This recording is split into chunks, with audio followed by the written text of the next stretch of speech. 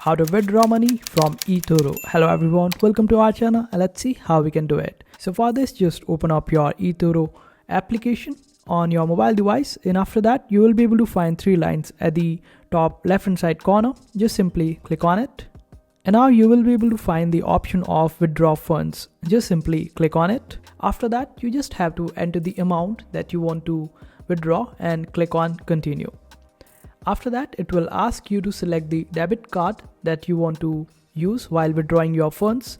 So you can just select any of the debit card which is associated with the bank where you want to withdraw the funds. Or you can also add a new payment method by just simply selecting the option of add payment method. After that, you will be able to preview the withdrawal, and over there you will be able to see that there is $5 of fee which will always be there, and you can just simply close it up, and this is how you will be able to withdraw the funds. In case if you want to track your withdrawal, just simply click on the three lines on the top left hand side corner again and click on withdraw funds. After that, you will be able to track your pending withdrawals, and this is how you do it.